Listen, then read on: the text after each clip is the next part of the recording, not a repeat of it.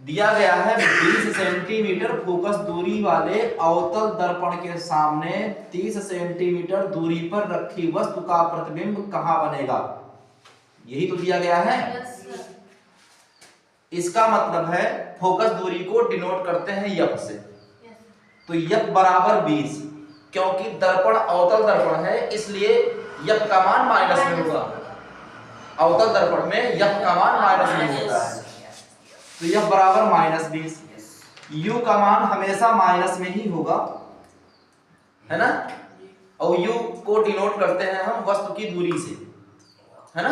मतलब वस्तु की दूरी को हम u से डिनोट करते हैं, u से दिखाते हैं, ठीक है।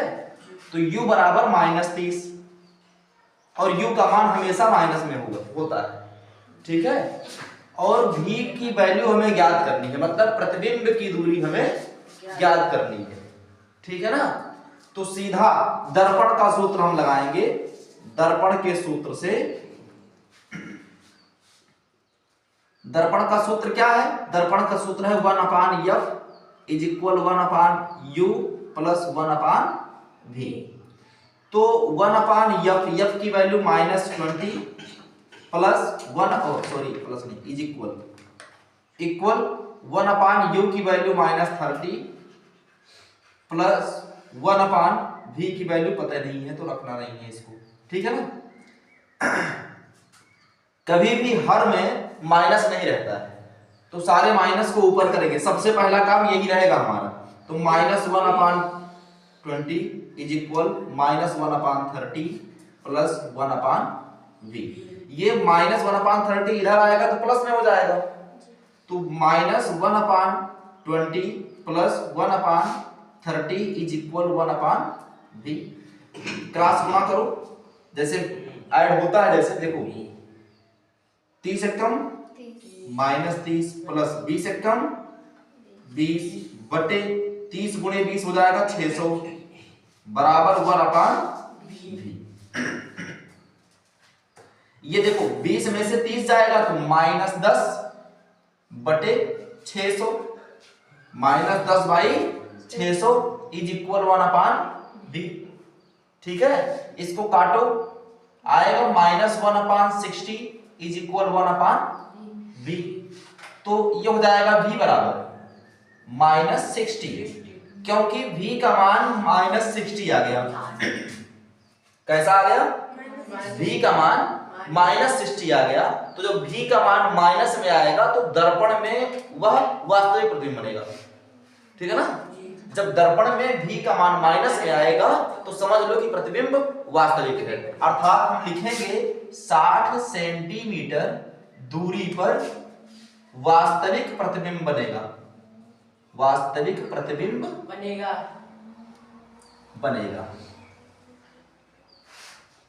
ठीक है ना। समझ में आया? देखो आपको यहां से 3 चीजें सीखने को तो ये मिली है। पहली चीज, अवतल दर्पण की फोकस दूरी हमेशा माइनस में होगी, वस्तु की दूरी u हमेशा माइनस में होगी। अगर v पॉजिटिव है तो आभासी प्रतिबिंब बनेगा और निगेटिव है तो वास्तविक प्रतिबिंब बनेगा, ठीक है। उदाहरण ये न्यूमेरिकल, ठीक है।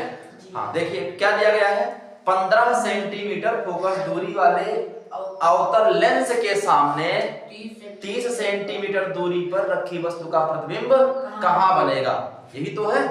तो देखिए यहाँ पे आपकी फोकस दूरी दी गई है 15 सेंटीमीटर, क्योंकि अवतल लेंस है तो अवतल लेंस की फोकस दूरी माइनस में होगी। u का मान हमेशा माइनस में होगा, u का मान दिया गया है 30 सेंटीमीटर, ठीक है ना। आपको v की वैल्यू ज्ञात करनी है, v का मान ज्ञात करना है। क्योंकि लेंस की बात हो रही है इसलिए लेंस का सूत्र लगाएंगे, ठीक है। लेंस की बात हो रही है इसलिए लेंस का सूत्र लगाएंगे। तो लेंस का सूत्र होता है 1/f बराबर 1/v माइनस 1/u। लेंस का सूत्र यही होता है ना भैया। तो 1/f, f की वैल्यू -15 इज इक्वल 1/v पता नहीं है, माइनस 1/u की वैल्यू -30। तो ये माइनस प्लस हो जाएगा, कोई शंका नहीं इसमें। 1/-15 इज इक्वल 1/v माइनस, और माइनस ये वाला प्लस हो जाएगा 1/30। ये इधर आएगा तो माइनस हो जाएगा 1/, मतलब -1/15 माइनस 1/30 इज इक्वल 1/v। ये हो जाएगा -30, क्रॉस गुणा होगा तो -30 minus 15 by 450 is equal 1/v। यही तो होगा ना, यही होगा। अब देखो इसको ऐड करेंगे, जोड़ेंगे तो 15 और 30 कितना हो जाएगा 45, -45 बटे 450 बराबर 1/v। इसको डिवाइड करोगे तो हो जाएगा -1/10 इज इक्वल 1/v। तो मतलब v बराबर -10। v की वैल्यू कितनी आ गई, -10 आ गई। कितनी, -10। दर्पण कौन सा है, अवतल दर्पण। देखिए दर्पण नहीं है, लेंस है ना। लेंस कौन सा है, अवतल लेंस है। देखो उत्तल लेंस में v का मान प्लस होगा तो प्रतिबिंब होगा वास्तविक। लेंस में v का मान प्लस होगा तो प्रतिबिंब वास्तविक होगा, v का मान माइनस होगा तो प्रतिबिंब आभासी होगा। और अवतल लेंस में v का मान चाहे प्लस हो चाहे माइनस हो, प्रतिबिंब आभासी ही होगा। ठीक है ना। हाँ। तो ये क्योंकि लेंस अवतल है ना, इसलिए 10 सेंटीमीटर दूरी पर वस्तु की ओर ही बनेगा प्रतिबिंब, वस्तु की ओर 10 सेंटीमीटर दूरी पर वस्तु की ओर प्रतिबिंब बनेगा। जिधर वस्तु रखी है उधर ही। देखो v का मान माइनस में आएगा ना, तो वस्तु की ही ओर प्रतिबिंब बनेगा। ठीक है। देखिए सवाल में दिया गया है 7 सेंटीमीटर लंबी वस्तु 10 सेंटीमीटर दूरी पर उत्तल दर्पण के सामने रखी है। उस उत्तल दर्पण की फोकस दूरी 15 सेंटीमीटर है। तो आपको वस्तु प्रतिबिंब की स्थिति और प्रतिबिंब की लंबाई ज्ञात करना है, प्रकृति भी ज्ञात करना है। ठीक है ना। तो इसमें देखो क्योंकि फोकस दूरी प्लस में है, क्योंकि उत्तल दर्पण है इसलिए फोकस दूरी प्लस में है। उत्तल दर्पण की फोकस दूरी प्लस में होती है। u वस्तु की दूरी हमेशा माइनस में होगी। तो देखिए u v और f से तुम्हें v की वैल्यू निकल जाएगी। u v और f से v की वैल्यू आ जाएगी। तो पहले हम v की वैल्यू भी निकालेंगे। ठीक है। 1/f is equal 1/v plus 1/u। तो 1/f कितना है भैया 15 बराबर 1/v आपको ज्ञात करना है प्लस 1/u कितना है भैया 1/-10। ये इधर आएगा तो प्लस में हो जाएगा। तो 1/15 प्लस 1/10 इज इक्वल 1/v।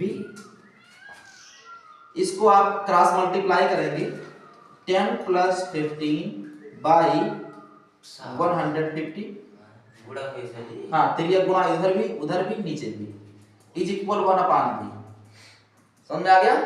अब देखो 15 10 25 बटा 150 बराबर 1/v। 25 छक्के 150 मतलब 1/v बराबर 1/6। यानी v इज इक्वल 6 सेंटीमीटर दूरी पर 6 सेंटीमीटर दूरी पर देखो 6 सेंटीमीटर दूरी पर v का मान कितना है प्लस में कि माइनस में प्लस में है ना। तो प्रतिबिंब कैसा बनेगा वास्तविक कि आभासी आभासी बनेगा। v का मान दर्पण में जब v का मान प्लस हो तो प्रतिबिंब आभासी बनेगा वास्तविक बनेगा। v का मान प्लस हो तो प्रतिबिंब आभासी बनेगा दर्पण में। नोट कर लीजिएगा कापी में इसको। v का मान पॉजिटिव होगा तो दर्पण आभासी बनेगा। ठीक है। और v का मान निगेटिव होगा तो दर्पण के सामने प्रतिबिंब वास्तविक बनेगा। ठीक है। नोट कर लीजिएगा इसको। 6 सेंटीमीटर दूरी पर आभासी प्रतिबिंब बनेगा। कैसा आभासी प्रतिबिंब बनेगा। अब आपको प्रतिबिंब की लंबाई ज्ञात करनी है। तो आपने पहले पढ़ा है आवर्धन नियम बराबर I/O बराबर -v/u। ऐसा पढ़ा कि नहीं पढ़ा है। है ना। तो हमें चाहे ये तीन फार्मूले मतलब इसमें यम बराबर आई अपान ओ भी है, यम बराबर माइनस बी अपान यू भी है, तो आई अपान ओ बराबर माइनस बी अपान यू भी है। हमें यहां से मिल जाएगा आई अपान ओ बराबर माइनस बी अपान यू। आई कितना दिया गया है वही तो हमें ज्ञात करना है, आई नहीं दिया गया है, बटा ओ दिया गया है 7 बराबर माइनस v कितना है 6 बटा u कितना है -10। काट दो, ठीक है ना। तो i बराबर कितना हो जाएगा 6 गुणे 7 बटा 10 मतलब 42 बटा 10। इसका मतलब 4.2